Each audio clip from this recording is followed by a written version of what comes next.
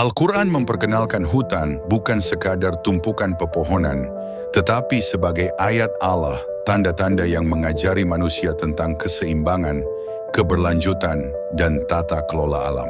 Di dalamnya, pohon, tanah, hewan, air, embun, dan angin saling berpelukan dalam harmoni yang begitu presisi. Allah berfirman, "Dan di bumi itu terdapat bagian-bagian yang berdampingan, kebun-kebun anggur, tanaman-tanaman, dan pohon kurma." QS Ar-Ra'd 4. Ayat ini menunjukkan ekosistem yang tersusun rapi, bukan acak, seperti orkestra yang tiap instrumennya memegang peran, dan bila satu saja hilang, simfoninya menjadi sumbang. Dalam sistemasi Al-Quran, hutan adalah ruang ketundukan makhluk kepada pencipta. Ia menjalankan tugasnya tanpa rapat kerja, tanpa anggaran, tanpa proyek mercusuar. Pohon berfotosintesis tanpa tender. Akar mengikat tanah tanpa disuruh. Sungai mengalir tanpa SK. Allah menegaskan, "Dan tidak ada satu pun melainkan bertasbih memujinya, hanya saja kalian tidak memahami tasbih mereka." QS Al-Isra 44. Ironinya, hanya manusia, makhluk paling berakal, yang paling sering merusak sistem ini, lalu pura-pura tidak tahu. Al-Quran memandang hutan sebagai penjaga stabilitas bumi. Ketika pohon ditebang sembarangan, tanah kehilangan pijakan, hujan kehilangan pegangan, sungai kehilangan arah. Allah mengingatkan, telah tampak kerusakan di darat dan di laut karena ulah tangan manusia. QS Ar-Rum 41.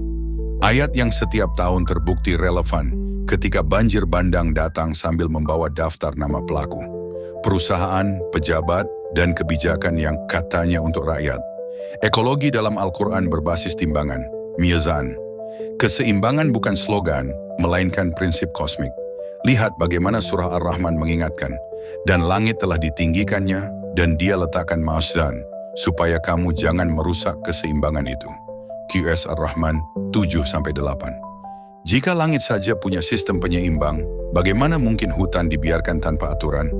Namun kita, dengan kecanggihan birokrasi yang konon modern, malah menjadi makhluk yang paling lihai mengebiri mizan demi pembangunan yang entah untuk siapa. Dalam pandangan Al-Quran, hutan ibarat gudang rahmat. Ia menyimpan air di akar, oksigen di daun, dan ketenangan di sunyiannya. Ia menjadi saksi sejarah manusia, generasi demi generasi. Namun hari ini, gudang rahmat itu berubah menjadi ladang komoditas. Pepohonan tak lagi dilihat sebagai penjaga kehidupan, tetapi angka-angka dalam proposal investasi. Sungguh tepat firman Allah, "Kamu telah menjadikan Al-Quran ini sesuatu yang ditinggalkan." QS Al-Furqan 30. Termasuk petunjuknya tentang alam. Cara memperlakukan hutan menurut Al-Quran adalah dengan amanah. Amanah bukan sekadar jargon di baliho pemerintah. Ini kata besar yang manusia sendiri enggan memikulnya ketika ditawarkan langit dan bumi. QS Al-Ahzab 72. Mengelola hutan berarti menjaga keseimbangan, menghindari fasad, mencegah eksploitasi berlebih, serta menyadari bahwa apa yang kita tebang hari ini adalah masa depan yang kita kubur. Al-Quran juga mengenalkan konsep imarah al-ard, membangun bumi, bukan membongkarnya. Membangun bukan berarti mengganti hutan dengan gedung-gedung kotak yang memantulkan panas. Imarah berarti memelihara keberlanjutan. Seperti Nabi Sulaiman yang memahami bahasa semut, kita pun seharusnya belajar memahami bahasa daun, bahwa mereka butuh ruang untuk tumbuh dan kita butuh mereka untuk hidup. Jika ditanya bagaimana manusia harus memperlakukan hutan, Al-Quran menjawab dengan elegan, jangan berbuat kerusakan. Tetapi manusia selalu punya kreativitas luar biasa dalam menciptakan kerusakan baru. Izin konsesi diberikan dengan meterai dan pita merah, tetapi dampaknya ditanggung oleh rakyat kecil yang rumahnya hanyut dalam arus banjir. Alam jadi korban, manusia jadi pelaku, pejabat jadi penyair yang setiap tahun menulis puisi keprihatinan. Hutan bukan sekadar habitat satwa, melainkan penopang spiritualitas. Nafas yang kita hirup adalah sedekah pepohonan. Udara sejuk adalah karunia yang tidak dipungut pajak. Tetapi ketika pepohonan ditebang, udara berubah menjadi tagihan kesehatan. Apakah kita masih berani mengaku makhluk beriman jika rahmat Allah saja kita tebang demi proyek yang tak pernah benar-benar selesai? Al-Quran mengajarkan bahwa alam memiliki hak. Betul, hak. Hutan berhak dilestarikan, sungai berhak mengalir tanpa limbah, tanah berhak bernafas. Allah berfirman, "Dan janganlah kamu berlebih-lebihan, sesungguhnya Allah tidak menyukai orang-orang yang berlebih-lebihan." QS Al-A'raf 31. Ironisnya, manusia yang paling religius pun seringkali paling boros menebang pohon ketika sudah memegang jabatan. Di dalam hutan terdapat ayat kauniyah, pelajaran non-verbal tentang ketekunan dan kepasrahan. Pohon tidak pernah marah meski daunnya direnggut angin.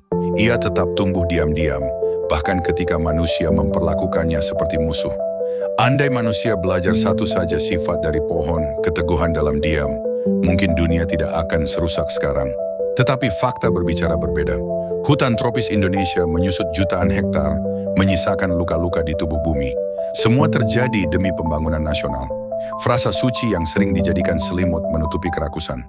Padahal Al-Quran tak pernah menyuruh manusia membangun dunia sambil menghancurkannya. Allah menegaskan, "Makanlah dari rezeki Tuhanmu dan bersyukurlah kepadanya. Tetapi janganlah kamu membuat kerusakan di muka bumi." QS Sabah 15. Cara memperlakukan hutan adalah dengan hormat.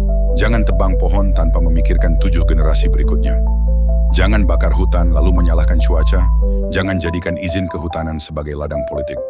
Ketika Al-Quran berbicara tentang amanah, itu berarti kita harus menghitung bukan hanya profit, tetapi dampak ekologis, sosial, dan moral. Hutan yang terjaga adalah cermin manusia yang beriman, karena iman selalu memunculkan tanggung jawab. Ketika hutan rusak, itu pertanda iman sedang digerogoti ambisi. Ketika sungai keruh, itu kartu merah bagi moralitas kita. Ketika udara panas, itu alarm bahwa mezan terganggu. Semua ini bukan musibah alam, tetapi musibah kebijakan. Jika bumi ini mencatat semua perbuatan manusia, maka hutan adalah saksi paling jujur. Ia melihat siapa yang menebang, siapa yang membakar, siapa yang memberi izin, dan siapa yang tutup mata. Pada akhirnya Al-Quran mengingatkan, maka barang siapa mengerjakan kebaikan seberat zarah, niscaya dia akan melihat balasannya. Dan barang siapa mengerjakan kejahatan seberat zarah, niscaya dia akan melihat balasannya. QS Al-Zalzalah 7-8. Semoga ketika catatan itu dibuka, kita tidak ditemukan sebagai generasi yang menghancurkan paru-paru bumi demi kepentingan sesaat.